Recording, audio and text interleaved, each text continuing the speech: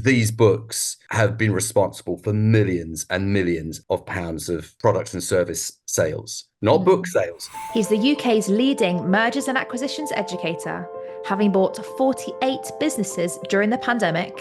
He's a best-selling author of 14 books, and today he's here to share with us his secrets on how he's written so many great books and generated millions from them. Jonathan J. When I look at my client base and I look at their actions before they became a client, it's the book that's always number one. I think a fast way of deciding what to write about is to write down all the questions that prospective clients ask you. I didn't get a lot of exposure from this mainstream published book, but I did get a lot from the self-published version. After that, I thought, you know what? I can do this myself. Jonathan J., welcome to the Inspired by Show. Well, thank you for having me. Good to be here. It's great to have you here, and more importantly, I love how many books you have behind your setup. Yes. Put my bookshelf to shame.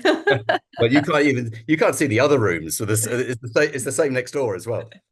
Yeah, for anyone who's into the audio, you need to get onto the YouTube to be able to see what we're talking about. So, Jonathan, it's great to have you on the show. As you know, this show is where we interview inspiring authors about their journeys and also their expertise.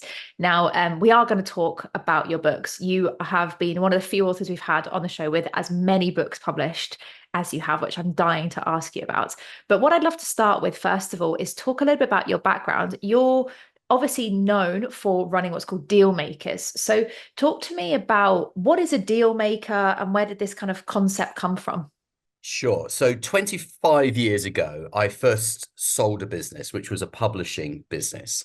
And then 18 years ago, I first bought a business, which was the main multi-million revenue competitor to my existing business. I put the two together. I sold that to a private equity firm in 2007, so a long time ago now. And over the years, I've bought and sold over 70 businesses. And in 2016, people were asking me, how do you do it? How does it all work? Because my speciality is buying the business without having to put any personal cash in. So basically buying it on a risk-free basis. So I ran a small event in Putney in Southwest London. I think we had about 12 people there. And I thought that was the end of it. You know, 12 people had asked me. I ran a one-day workshop teaching them how to do it. But then more people asked. And here we are. What is it now? It's 8 years later. We've had thousands of people go through our educational programs around the world. And I do all the usual Zoom courses. I have a mastermind program, which, because it's such an effective way of helping people who want to buy a business, learn the process, get the experience, and then support them through the journey. So Dealmakers is all about helping business owners and people who are entrepreneurially minded. So we have a lot of people leaving corporate life who want to buy a business rather than start one from scratch, and we teach them how to do that. But the key thing is it's without risking their own cash. Wow. I remember when I first met you and you taught this to me, as well as amongst a number of members and masterminders. And one of the things that I remember thinking was, because a lot of our people listening and watch the show are entrepreneurs and they've started their own businesses and they're kind of stuck in the graph. Sometimes they can get stuck and they want to build their brands. Thing I find fascinating about being a deal maker is they are not the brand, right? In what you teach, it's very much about separating it. So tell me a little bit about why you believe that as a deal maker, you are not the business and you are not the brand, because it's very different to what we're taught when we're taught about building our own businesses.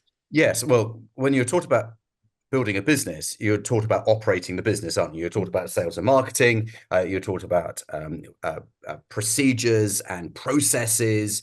You're taught about all these things that are very operational. And there's nothing wrong with that, except that we come at it from a very different angle. We come at it from the angle of business ownership rather than operating the business. So business ownership is where you own the business. You are the legal owner of the business. You are the recipient of the profits of the business. However, it's operated by other people. And I'll give you a great example of this. I was in Marbella a couple of weeks ago. I spent a very enjoyable afternoon with one of my mastermind clients. He lives in Marbella. and he hasn't actually been back to the UK since November last year. So yeah, a good 10 months. However, he owns a 50 million annual revenue manufacturing company in the northeast of England. He owns 60%. The other 40% is owned by the management team. And he is completely hands off, genuinely hands off. Just had a baby, lives in Spain, doesn't visit the UK very often. It all happens without him. Now, some people might say, well, I don't want that, Jonathan. I actually want to get stuck in. I want to be the person building the website. I want to be the person, taking the sales calls. That's great. But for some people, that's their worst nightmare. Or maybe they're just not very good at it. I don't consider myself a particularly good operations person at all. But if you can hire the people to do it for you, then you don't need to be good. Interesting. It's such a different perspective, isn't it? Because I think a lot of business owners want to be in control and want to hold on to things. And Yeah. actually, it's not always needed in that way. And it can be done in different ways to be more Yeah, you strategic. limit your own business. Yeah, you limit your own business because you are restricting the growth of the business by the time that you have, the amount of effort you can put in, the amount of effort you want to put in. So sometimes, there are days, weeks, and sometimes months where we just really don't want to do it anymore, in which case the business suffers. Where if you hire other people to do it, as long as you have a management structure where there are very clear responsibilities, and maybe everyone reports to someone else and one person reports to you. So, for example, I was talking to another client yesterday who a year ago owned a beauty salon with £150,000 of annual revenue. And she was doing the treatments. She had a PA and another part-time beauty therapist. Fast forward 1 year, she's done 7 acquisitions. She's at 1.3 million of annual revenue. She has a manager in each of the 7 locations, all reporting through to a managing director who reports to her. She's got a finance function in house. She's got a sales and marketing team. I mean, what a transformation in a year. It's absolutely phenomenal. Yeah, exactly. And I'd say the first part of that transformation is all in the mindset, isn't it? It's deciding to change. It's deciding that what's currently working is not going to get me to my She next said that. step. She said that so many times. Yeah, it's all about the mindset. And she actually says she invests a lot of effort in and time and money into a mindset. She's got a coach. She knows that if she thinks small, it will stay small. But if she thinks big, then it will be big. So absolutely, your internal thoughts influence your external life. Yeah, fascinating. And that's something that obviously we see a lot, whether you're an entrepreneur operating a business, when you want to build a personal brand, whether you want to write a book, mindset comes into everything. I mean, you probably cover mindset in your programs. We cover it with our book writing, because if we haven't got the right mindset, we're not going to be able to go on and achieve the future Yes, things that we're looking absolutely. for. Now, I'm curious, Jonathan, for you, obviously you've now bought and sold a lot of businesses, but you've also decided to also build your own personal brand. So Jonathan J is quite a substantial brand. You've written how many books now? It's 14, at least 14, but it's definitely at least 40. Yeah, it could be 15, but let's say 14. Wow. I mean, that is just fascinating. So I would love to know from your perspective, Jonathan, because you obviously wrote your first book well before many people even thought writing a book was a great way to build a brand. Yeah. So tell me about when you wrote your first book and what your thought process was behind it as to why you even stepped into becoming an author. So it was actually the idea of my accountant.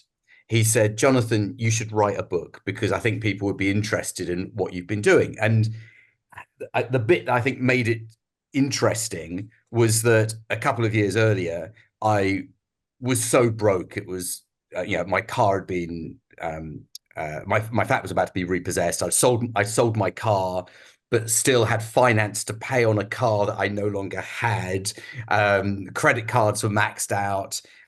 It was, it was reaching the checkout at Tesco and realizing that I didn't have enough cash to pay for my groceries. Very embarrassing. And then in quite a short space of time, that turning around into, uh, you know, I've got more money than I need, which Mm. was quite incredible. And I knew I could do it.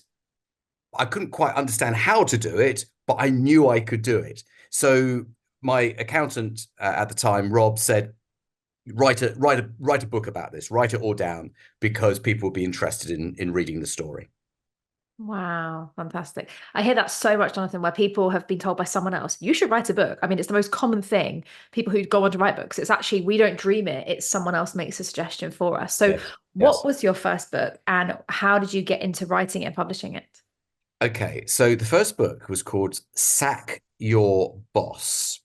And I have, it was, this is the first edition here, Sack Your, Wow. and as you can see, I haven't changed one bit in the last 20 years. So this was, I believe this was 2004.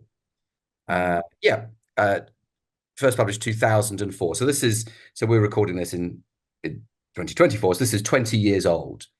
And I've got to say, it was a bit of a turning point in terms of being able to tell the story to lots of people at the same time and very quickly. Mm. Where up to that point, it was only if someone ever asked me, maybe I was speaking to a group, but maybe that group just had 50 people in. We, we we sold thousands of these, and those thousands of books, obviously they weren't all read, but they got into the hands of people who were interested. And did it generate business? Absolutely, it generated business. Did it generate credibility? Well, my credibility was already there, but if someone hadn't asked me what the story was, they didn't know. It was all in my head. So putting it down on paper meant I could reach more people faster. And the the process of writing the book was I asked around. In fact, I asked a client, I think, and I found someone who said that he could help me with the writing. So he would interview me, record it all on a dictaphone, and then come back a couple of weeks later with several chapters for my review. Now, the bit that I think I missed out of this entire process was the proofreading, because this is just littered with errors. Wow. Just out the proofreading part. But if we place that to one side, that was the book writing process. So I didn't have to sit down and type it myself. And I think if I had to have done that, I never would have done it. It would have taken me far too long. I never would have found the time. I would have procrastinated and all of those things. So having someone else help me was the only way for me to do it.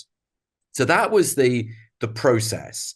The whole printing part of it, I must admit, I don't really remember 20 years on, but I know it was more difficult than it needed to be because I didn't have anyone to guide me. Where Mm. now, if I decided to do a book, I don't have to think twice about it. It's a very sort of, you know, Mhm. standard process. This was slightly torturous, simply because I didn't know what I was doing and there was no one to guide me.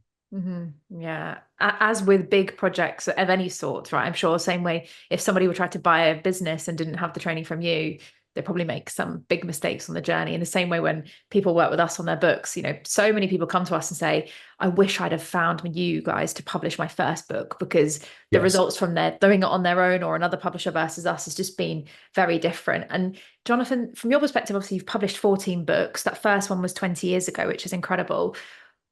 What publishing routes have you tried? Have you self-published? Have you worked with traditional publishers? Have you worked with a publisher like us, like a hybrid that helps? What sort of things have you done in the past? Yeah. So the first book was self-published, Mm. clearly by the amount of spelling mistakes in it. And then a more mainstream publisher, a small publishing house called Crown House, um, came across it, and they approached me to do a version for the shops, to go into the shops, and they professionalized it. I think I added some chapters at the end, and they edited it and improved it considerably. New photography for the cover, same concept. I don't know whether you can see this here. I'm holding the little boss man between my fingers, and on this one, I'm stamping the little boss man under my foot. Uh, so they professionalized the entire process, and I would get a royalty for every book sold. Again, I can't recall, because I think this is like 2005. I can't recall exactly how much that was. Yeah, 2005. But it was very little. It wasn't very much. But I wasn't doing it for the royalties. I was doing it for the exposure. Now, I just want to interrupt this episode to share with you a little bit of advice on writing your book. Now, one of the things that I often get asked as a book publisher is, Chloe, how do you actually write it? How do you get your ideas out of your head and actually get it into a published book? And one of the things that some of you may not know about me was my first book, I actually wrote it in just 10 days and published it in 28 days. And so a lot of my clients and authors that we publish ask me, how did you do it? Can you help me do it too?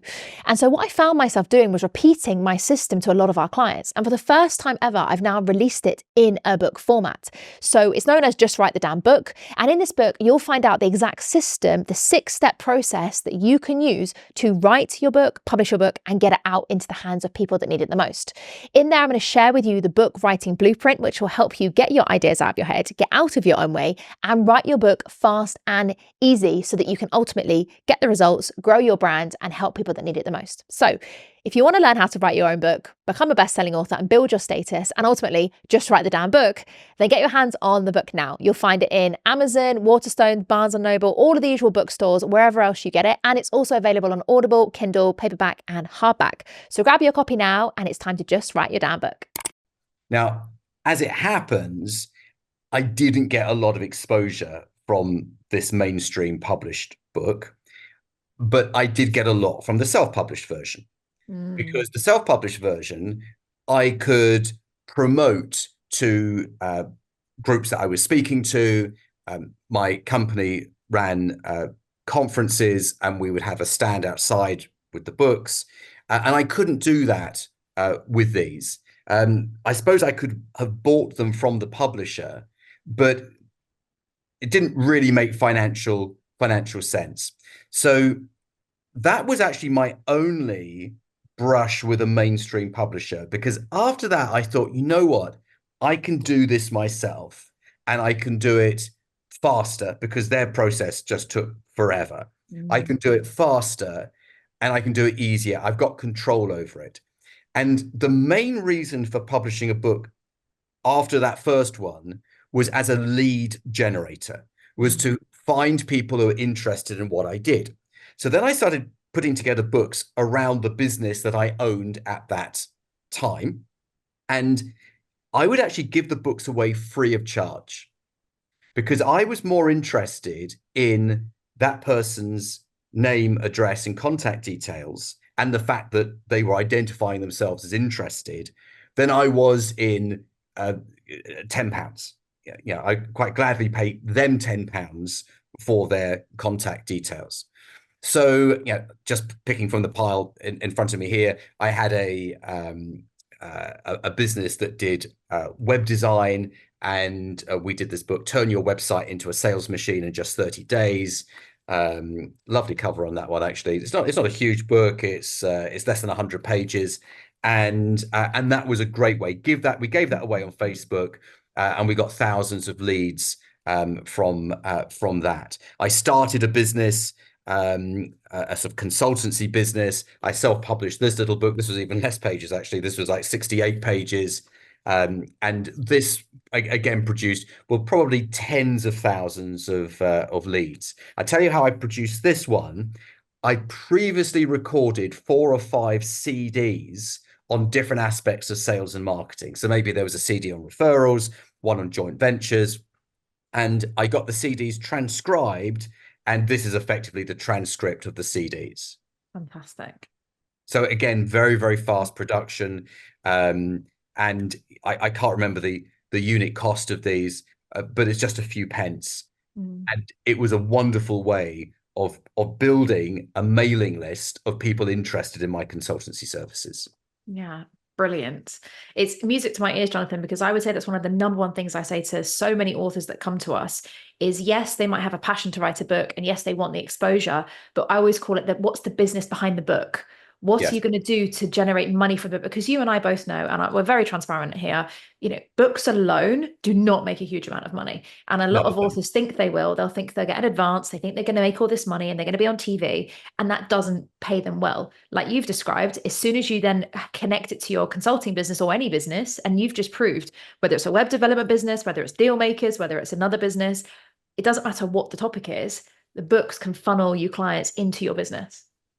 Oh, 100%. And I've seen people try and try and make the book into the business. And I can think of one particular person who you most probably know, actually. And many, many years ago, she had a very, very successful book. It was selling like crazy. It was highly recommended in its category. It must have sold tens and tens and tens of thousands of this book, but I would imagine hardly made a penny from it because there was no business behind it. Where I'd quite happily give my books away because I wasn't interested in the book sales. I was interested in acquiring prospects, some of which would become customers and clients. Yes, absolutely. And so obviously, we don't need to know numbers, but what would you say has been your biggest takeaway or biggest win from all of these books? What's been the biggest success that you found? And has that exceeded your expectations from when you first started writing?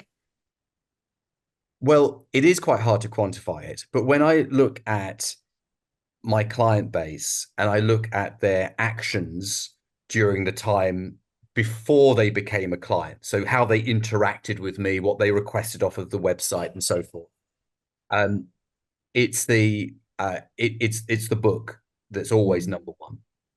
Yeah, it's the book. And I again can't put a precise number on it, but over the years, these books have been responsible for millions and millions and millions of pounds of products and service sales, not book sales, products and service sales sitting behind the book. Yeah, fantastic. And the thing I love, which you've proven there, Jonathan, is that a lot of people will do podcasts, which we are doing right now, which is ironic. People do Facebook groups, they do other things, but you have to constantly deliver on them to continue for them to work. Would you agree with me that with a book, you only have to write it once? And obviously, you might still just market it, but it can continue to bring you business and clients for as long as you're marketing. Correct? Yeah, absolutely. So let me just grab another one here. So this one here, business buying strategies. I wrote this back in 2016, 2017 to promote the Dealmakers business.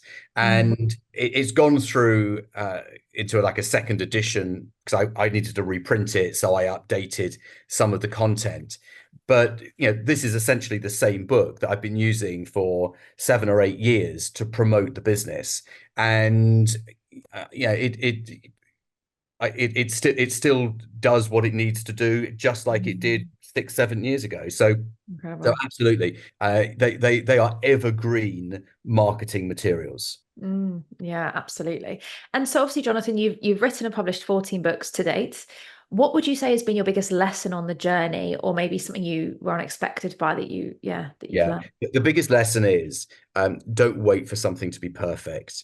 I think people procrastinate way too long about the cover or even the title. I mean, these days, a great way of getting an opinion on a title and a cover is go to your community, go to your Facebook group or your LinkedIn contacts and say, look, I'm doing this book. And you can run a poll, can't you? And you can just see which cover resonates the most with people, which title resonates the most. But this is a process that should take no more than a week. You can there are so many services now for designing book covers and typesetting and I would get someone to manage it all for me because I don't want to be dealing with all those people myself. So I'd get someone to do it for me. But moving quickly is really important.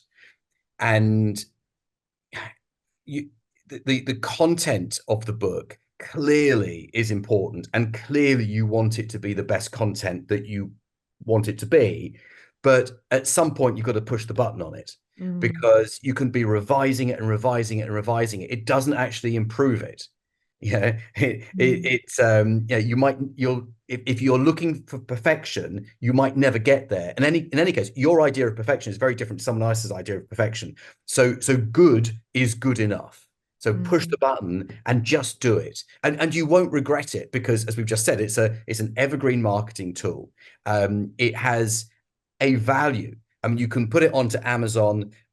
You can charge $12.99 for it on Amazon. You can say on your website it's $12.99 on Amazon, and you can get it here free of charge. So it's got an immediate tangible value. Sometimes people skip out the physical book and they want to just do an ebook. It doesn't have the same value. We just know it doesn't. We like something that we can hold in our hands. And also, I want someone's postal address so that I can send them direct mail as well. And I want to be able to send them the book with maybe a leaflet in it for something that's coming up. And that physical book will outlast a PDF. If you think about how many downloads and PDFs you've got on your computer that you've never opened and you have the best intentions of looking at, but you just never get around to. Me too. But it's a physical book. At the very least, when I receive it, I remember, or that was the person I requested it off of, and I'm impressed. That's I'm impressed when I receive it. So if someone got my business buying strategies book, maybe they're not looking to buy a business at that point, but when they do, who do they think of? Well, they're more likely to think of me because they've got the book through the post, and of course my contact details are in there. Yeah, of course, definitely. And that's then bringing them into your funnel, which then brings you into the next logical step to work with you. Yes. So Jonathan, as you were going through the 14 books, how did you decide what topic to write about? Because I see that's being a massive challenge. A lot of authors where they've got lots of things that their audience need. They've maybe got a core business. Yeah. How do they decide what to write about? And if it's the other way around, how do they decide what service to offer off the back of the book? What advice would you give? I think a fast way of deciding what to write about is to write down all the questions that prospective clients ask you. Okay. And let's say there are 21 questions that you get asked all the time. I mean, you might get to 18. Okay, I need to squeeze out a few more questions to get it up to a nice round number. 21 round number, but you know what I mean. Get it to a sort of a number that resonates. And so you've got 21 questions that people ask you. I would create a book around the 21 answers to those questions. And then your book is basically doing your selling for you, because it's answering all the questions that you would answer on the phone anyway. But this time, what's going to happen is when someone's got the book and they've read the book, when they call you, then they're not going to ask you those 21 questions. They've already got the answers. They're actually in a far better place to buy from you. Now, this one here, called Overnight Success, was a bit of an experiment that didn't work, actually. So, so I did it as a hardback. And on this side, it says Overnight Success 21. Oh, there you go, 21 again. 21 sales and marketing secrets. And then flip it over. And on the other side, it says Overnight Success, 21 overnight success stories. So the book is printed half one way, half the other. It sounded like a great idea at the time. It didn't really work. But this was actually 21 interviews with clients. So another type of book is to interview your customers, your clients, about how they've used your product or service. Let me grab another one here to see if I've got a different example for you. So we did a career coaching course years ago, and I put someone else's name on the cover because she was the person running the careers coaching course, but she didn't write it. We put it together, and this is 101 ways to love your job. So it's something relevant to what you do. Now, here's another one. Now, my name isn't on the front of this. I'm covering it up so you can't see the names. I put other people's names on the front who were working for me at the time. Big mistake. Should have been my name. Okay. A big mistake because they both went off and set up in competition with me.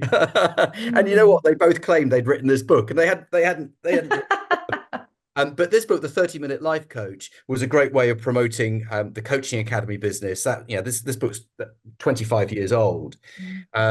Corporate coaching, 77 habits of highly effective, of highly successful coaches. So it's writing something that's relevant to what it is you're going to be selling. This one here, Unsung Business Heroes, how 17 small business owners turned their fortune around in the worst economic climate. So I think we did this in about 2008, and without investing a penny extra. So again, this is client success stories. you get the idea. Yeah, fantastic. Love that. And one of the things, Jonathan, that's become really apparent as we've gone through those is the power of the title. So, Yeah. and I see people really get stuck on this, overthinking it. It's one of the things that I mentor a lot on. It's in my book, How to Pick the Perfect Title, because it's a bit like a marketing hook. Okay. So I'd love to know your thoughts of how important is the title for a book, and what advice would you give? I think it's very important. And I think that you should test different titles till you settle on one by running a poll on LinkedIn or Facebook, or if you have a WhatsApp group for clients, running a poll there, because I do think people overcomplicate titles. If you have so much that you want to put into the title, create a subtitle. And the subtitle can have a subtitle as well. So, this one here was probably the most distributed book, apart from the business buying strategies, but this is about 15 years old. 1001 ways to get more customers. And we then put as a subtitle, from the creators of the complete digital marketing system. So this was a really good title. The 1001 is such a big number that it was a stop you in your tracks. Sort of, there's got to be something in there that I don't know.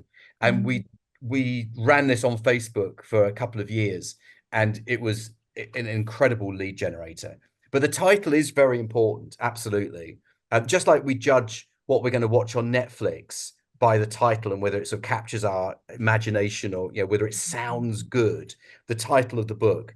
And I think people overcomplicate it. It needs to be kept simple. It needs to be kept benefit driven. What is the reader going to get out of it? What is the outcome they're going to derive from reading this book?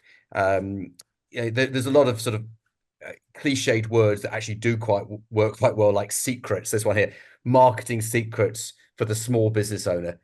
So really, the whole cover here is titles. So, marketing secrets for the small business owner, tried and tested ways to explode your company's profits, and then another subtitle, practical business building information that you can use today to accelerate your business success.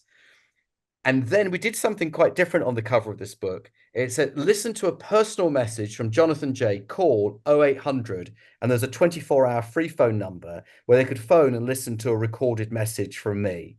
I thought it was a pretty cool thing to put on the cover there. And with this one, I think we did this as a post and packing offer. So they didn't pay for the book. They just paid for the postage to get the book to them. And we put all proceeds will be donated to Great Ormond Street Hospital Children's Charity. So that was sort of several different sort of angles all happening on the cover of that book. Yeah, it's there's so many ways of doing it, isn't it? And I think that's where that I often say to people, if you're gonna work on a book, the bit that you need to work on that needs to work the most is the cover, and the title. I remember when I wrote Just Write the Damn Book, which is my second book, and loads of people were coming to me going, how do you write a book? How do you write a book? We had the publishing business. We'd published, I say, 40 best-selling books, but I had not written a book on how to write a book. And it was one of those things, and I thought, hang on, I'm going to put my money where my mouth is. I'm going to actually write this book and put it in a funnel and prove how this can work. And with our launch, we actually generated over £100,000 in revenue as I was proving to everyone how it works. But Jonathan, honestly, the day before we were due to order the final proof, 2 a.m., I was still up and I could not decide the title. I kept changing my mind. I was our worst client, and our team going, Chloe, you wouldn't allow our clients to delay the title this much. And I just thought, what is the one thing people want? And what is, because I'm very a direct person. I'm very much like, just get out your own way, just F and do it. Like, come on, let's get on with it. And so Just Write the Book was the title that we decided on. And do you know the amount of people that come to me and say, the only reason I found you is because I saw your title of your book and it resonated. Very good. It just shows it, doesn't it? Proves the point. Yeah, exactly. And so I'm curious for you, obviously you've been on this journey of writing for a while now, and you've learned so much. If you were to write book 15 or your next book, what would you do differently that maybe you haven't done in the past? Or if you were maybe writing from scratch your first book again, what would you do differently? Okay, so I would probably do more testing around covers and titles, and I would I'd put more effort into that, I think. because we know that if we split test a web page, you can double the response on a web page by changing the headline on the web page. Well, the book title is a headline. So I would actually survey my subscribers to say, I'm going to either write this book or this book. I'm only going to write one. Which is it going to be? And there are two different covers, two different titles, and get them to choose. I mean, the content might be the same, but position is two separate things. So the brain is deciding, would I buy that one or would I buy that one, based only on the title. So I would put more effort into that. I would definitely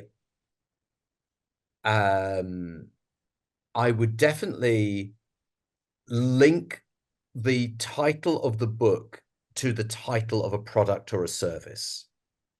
So, for example, if my book title was just write the damn book, then the course is called Just Write the Damn Book. So, and the podcast is called Just Write That. And you see, so there's a link between the two, because then you get the benefit of oh, I've seen that somewhere before, which you don't get if it's looks different, sounds different, different words.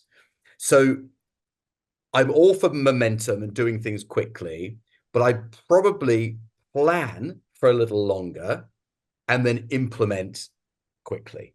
Fantastic. So that's what I would do. Yeah, so interesting. And I love the thought process of what comes after the book being connected to the book. Yes. As well. Yeah. So it's a logical process. You've read the book, now attend the webinar. You've been on the webinar, now come on the course or whatever it may be. Yeah, fantastic. And with this imaginary next book, would you stay clear of the physical stores? Would you still want to get into physical stores, or would you just go with online, leverage the book for your business? What are your thoughts? Well, I think it's two separate books. So I'm pitching something to book agents at the moment, but that serves a different purpose. That is a PR purpose. And it will generate leads, but it's just harder to track. So I think you should do a book that's purely trackable business you're in 100% control of. But then I think you should also do one which could be a variation of the first one, that you can get into Waterstones and you do the book launch and you have all of that around it as well. So I think it's both. Yeah, I totally agree. And a lot of authors come to me and say, because we predominantly work on online bookstores for the same reason as you've described: trackable, control, ownership, and so on. And a lot of people say, but what about, can I get into the physical shops? You can still get online on Waterstones, but it's a very different type of book that goes in the physical bookstores. So I appreciate that differentiation. Jonathan, I feel like I've asked you so many questions, but I'm also curious from your perspective, who has inspired you as an author? Were there any books that you read before or have read since where you've gone, oh, I love how they've done that, and you'd love to model it or just learn from them?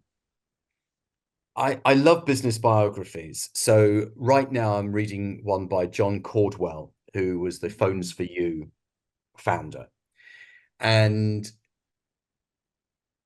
I'm always amazed at how people can remember their life in such detail. I can't remember what happened last week, let alone when I was 12 years old, with such some vivid detail. And I think that what we're seeing here is the power of a good co-author / ghostwriter who can draw that out of the author. So the books that always stand out to me are the ones where you understand the struggles that people have been through, because everyone has those struggles. Everyone does. And anyone who tries to write a book saying everything is amazing doesn't have the same credibility to me as someone who says, well, it was amazing, and then it was absolutely awful. And then it was amazing again, then it was awful. And that's like my life. Yeah, it's amazing, it's awful, amazing, it's awful. And I think I think you should always write bearing in mind that this is not a look how wonderful I am. It's an exposure of your soul. It's a way of connecting with the reader by being open and honest and sharing a story that someone might resonate with. Mm. Yeah, it's very different, because I agree. I've seen so many books, and I don't know if you experience this, Jonathan, now as an author, but I can't read a book in the same way as I used to since writing books. And obviously we've published now 56 best-selling books. I've read a lot of books, and I'm reading books at the moment that have been recommended by business mentors, and I'm reading them. I'm going, oh, I just wish they had done this differently, because I've seen it so much. But one of the things I often find is people are trying to be the experts, the know-it-alls, the gurus, but they're not. So they're sharing all the information and the wins, but they're not sharing any inspiration. They're not sharing, this is where I've come from, or this is a challenge I experienced. This is what you might experience. Do you sort of find that with your reading, and do you balance that in your books? Yeah, I think it's important, and I go to great lengths to explain to people, anyone who will listen, that I'm not a guru. I don't set myself up as the perfect individual, and that, I think, comes as a relief to people that you're a real person. And I think the book, or a book, is a great vehicle for demonstrating that humanity, that you are just a regular person with the usual ups and downs, and because if you don't connect with the listener, if you're speaking at an event, and if you don't connect with the reader when they're reading your book, then there is almost no point in doing it. So going out of your way to make sure that you are as genuine as possible, I think, really will work in your favor. It's not a sign of weakness. And I think that there's been a massive shift, hasn't there, in the last few years, really since the pandemic, with the mental health. People can say now that they're stressed and they're anxious about things, and no one is going to say, well, you're not as good as someone else because of it. And I think anyone who says, oh, I never get stressed, I never worry about anything, we go, no, I don't believe you. I don't believe that's true. So being open and honest is absolutely key. Yeah, totally agree. Well, thank you, Jonathan, for being so open and honest, as you described throughout this whole interview. It's been fantastic to talk to you about this. So obviously, if our viewers or listeners are wanting to get a copy of one of your books, which book do you think would be the best book for them to get a taster of you and learn about what they can do to improve their own well-being and their own financial situation? Sure. Well, it's on our website, dealmakers.co.uk. If you go to the navigation bar at the top, you'll find the free book offer. Just fill in your details. If you're in the UK, we'll pop one in the post to you. If you're outside of the UK, unfortunately, it's just a PDF version for you guys. But if you're in the UK, we'll send you the physical copy so you can see what we've been talking about. Yeah, fantastic. Well, brilliant. Thank you, Jonathan, again. It's been so great having you here. Now, we have one final question that we ask every single author that we have on the show. And this is one that you may need to have a think about, but we'll see how we get on. So who do you know that is an inspiring author that you think we should have on the show next? Oh, my goodness. Well, I'm not entirely sure of all the people you've had on the show. And I would say an inspiring author. Well, Rob Moore, who I'm sure you know well, has written plenty of books. James Sinclair has written some very good books. Daniel Priestley, I'm sure you know all of these people really, really well. But let me try and give you someone a little bit different. There's a book that's quite hard to get hold of these days, called From Jungle to Eternity. And it's worth looking up, because the author of that book has had an amazing entrepreneurial journey. And that Jungle to Eternity book, and he founded a company called jungle.com, which is one of the very early .coms in the 90s. And an incredible story. And that book was self-published. So I would be very curious, and I would listen to that podcast episode to find out why he self-published that book. And I'd love to hear what he's been doing since he wrote that book so many years ago. Wow, fantastic. Well, thank you so much, Jonathan. I love all of those suggestions. So yeah, we'll definitely be reaching out to those authors and seeing if we can find out more about their books on the show. So thank you again, Jonathan. As I've said, it's been an absolute pleasure. I feel like I could talk to you for forever about your 14 books, but obviously looking forward to possibly having you back on the show in the future and getting my hands on your most recent book. Appreciate that, Chloe. Thank you.